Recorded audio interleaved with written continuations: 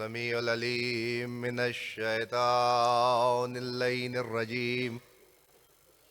بسم الله الرحمن الرحيم. الحمد لله الأول بالأول كان قبله والآخر بالآخر يكون بعده الذي كثرت رؤيته أبصار الناظرين ووجدت الناته أوهام الواصفين الذي ابتدأ بقدرته خلق ابتداء واقترهم على مشيئة اقترام ثم سلك بهم طريق إرادته وبعثهم على سبيل محبته والصلاة والسلام على الأول العدد والصاحب الأبد أسرته خير الأسر وإطرته خير الإطر وشجرته خير الشجر نبتت في هرم وسقت في كرم سيدنا ومولانا أبي القاسم المحمد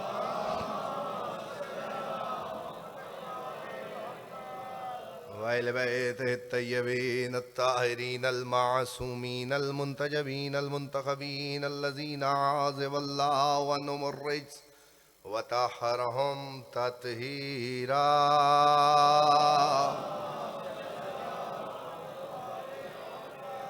ولعنة الباقية على أعدائهم ومنكر فضائلهم وغاصب حقوقهم أجمعين من يوم ظلمهم إلى يوم الدين. أما بعده فقد قال الله سبحانه وتعالى في محكم كتابه الحكيم. بسم الله الرحمن الرحيم. إن الذين يبايعونك إنما يبايعون الله. صلوات.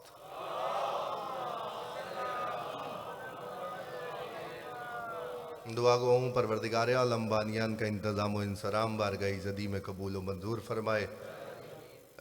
بالخصوص محمود الحسن جعفری صاحب اور ان کے پسران، خداوند عالم ان کی یہ سعی کوشش کاوش اپنی بارگاہ میں قبول فرمائے. اور ہمارے بزرگ ہیں، دعا کی گزارش بھی ہے، اپیل بھی ہے آپ سے کہ خداوند عالم انہیں شفاء کامل و عاجل عطا فرمائے. توجہ ہے صاحبان، بات شروع کی جائے. بالکل وقت ضائع کیے بغیر پہلا فقرہ آپ کی سماعتوں کو ہدیہ کرنا ہے اور اسی سے اندازہ لگانا ہے. دامن وقت میں گنجائش بہت کم ہے. میں بانی کی حیثیت سے بالکل حاضری دینے کے لیے تشریف لایا ہوں، لیکن آپ کی توجہ اگر میری جانب مبذول رہی تو خوبصورت نتیجہ آپ کے حوالے کر کے جاؤں گا. میں نے اس وقت سورہ فتح کی آیہ مبارکہ آپ کے سامنے تلاوت فرمائی ہے. اس میں پروردگار عالم فرما رہا ہے، حبیب ان الذین یبایعونک انما یبایعون اللہ. حبیب یہ جو تو ان سے بیعت لے رہا ہے یہ تو نہیں، اللہ لے رہا ہے. توجہ فرما. آیت نقش ہو گئی ہے دل پہ انشاءاللہ. بس آپ کی توجہ ایسی ہی رہی تو خوبصورت نتیجہ آپ کے حوالے.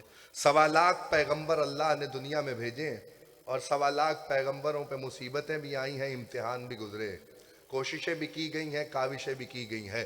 ہر نبی نے جو عمل کیا ہے اس سے زیادہ جلدی ہو نہیں سکتی. ہر نبی نے جو عمل کیا ہے خوشنودی الہی کے لیے کیا ہے. ابراہیم نے اسماعیل کے گلے پہ چھری رکھی تو خوشنودی الہی کے لیے. اسماعیل نے گلے پہ چھری رکھوائی تو خوشنودی الہی کے لیے. یعقوب یوسف کے لیے نہیں رویا، بیٹا سمجھ کے نہیں رویا، اس لیے رویا ہے کہ خوشنودی الہی ہے کہ مرکز محبت اللہ نے یوسف کو قرار دیا ہے. ورنہ یوسف کے 11 بھائی ہیں اور یعقوب کے 12 بیٹے ہیں، اور توجہ کا مرکز ایک ہی بیٹا تو یہ تو عدل کے خلاف ہو جاتا. لیکن اگر اس کی طرف توجہ نہ ہوتی تو عدل کے خلاف ہوتا. اللہ بتانا یہ چاہ رہا ہے کہ جسے ہم مرکز بنا دیتے ہیں توجہ اسی کی طرف رکھنی ہے. کیا کہنے آپ کے جو پہنچ گئے ہیں میں سلام پیش کرتا ہوں، جو نہیں پہنچے ان کو اپنا ساتھ لے کے راستے میں چھوڑنے کا قائل نہیں ہوں، ساتھ لے کے غدیر کی منزل تک آپ کو پہنچا دو۔ جسے منزل قرار دیا ہے، جسے مرکز قرار دیا ہے، اللہ کہہ رہا ہے اسی کی طرف مرکوز رہنا ہے۔ اس سے ہٹو گے تو پھر تم خیانت کرو گے، اگر اسی کی طرف رہو گے تو پھر تم نے یعنی عین عبادت کا حق ادا کیا۔ 1.25 پیغمبروں کی محنتیں اپنی جگہ، لیکن کسی بھی نبی کو یہ کہہ کے اللہ نے نہیں کہا تھا کہ اگر تو نے یہ نہ کیا تو رسالت لے لیں گے، یہ نہ کیا تو رسالت لے لیں گے، یہ نہ کیا تو رسالت لے لیں گے۔ کائنات کا آخری رسول خاتم المرسلین آخری حج کر کے واپس پلٹ رہا تھا، آیت اتری یا ایھا الرسول بلغ ما انزل الیک من ربک۔ حبیب اگر تو نے کار رسالت انجام نہ دیا تو رسالت لے لی جائے گی۔ فوراً روک لیا مجمع کو، ہاتھوں پہ علی کو بلند کر کے کہا من کنت مولا ہو فہذا علی۔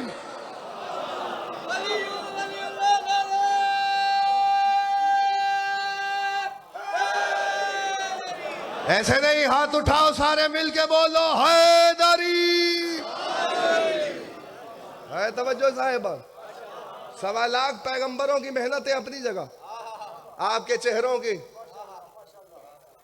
خوشحالی دیکھتے ہوئے خداوند عالم ایسے ہی آپ کو خوش و خرم رکھے، ذکر علی میں خوش ہونے والے، مولا کی محبت میں خوش ہونے والے۔ ہر ایک تھوڑی خوش ہوتا، میں نے کہا جسے اللہ مرکز بنا دے اسی مرکز کی طرف نگاہیں رہنی چاہیے،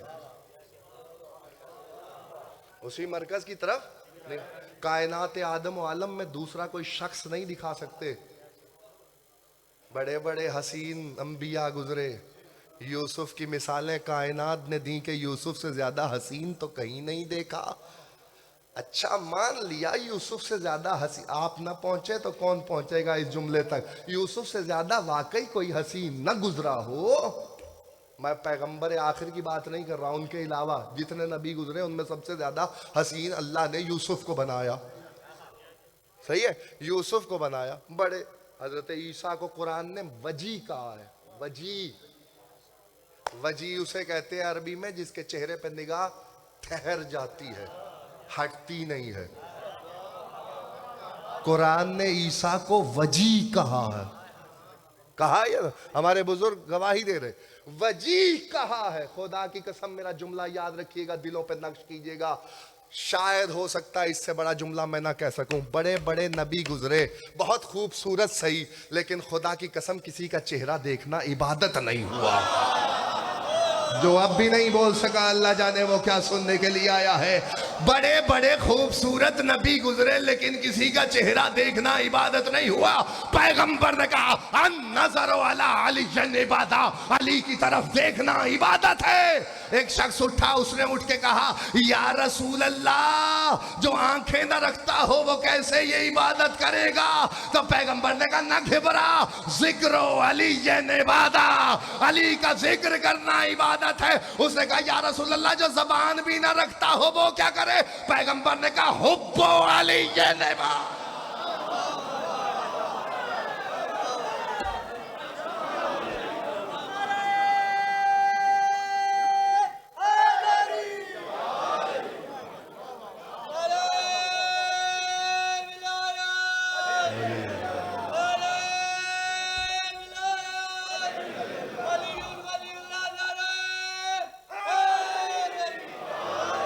حب علی عبادہ، محبت ہوتی ہے دل سے۔